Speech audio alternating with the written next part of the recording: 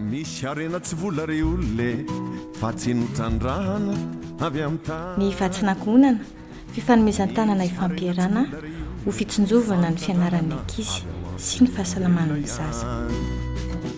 Ny 7 septambra ho avy izao no anolotra voalohany izany ny fanjakana malagasy ary ny filoham-pirenena Andriamatoa Hery Rajaonarimampianina sy olo-manankaja maro no anamarika izany.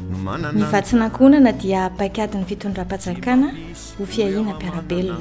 tsy mampisy Eto amin'ny kianjan'ny Betafy ny fotoanantsika manomboka amin'ny 10 maraina. tanana raha raikambanana no atao eto androany ataotsika androany. Asa tanterahan'ny fidy Fonds d'intervention pour le développement. 20 taona ny asana ho fiahiana mpiarabelona.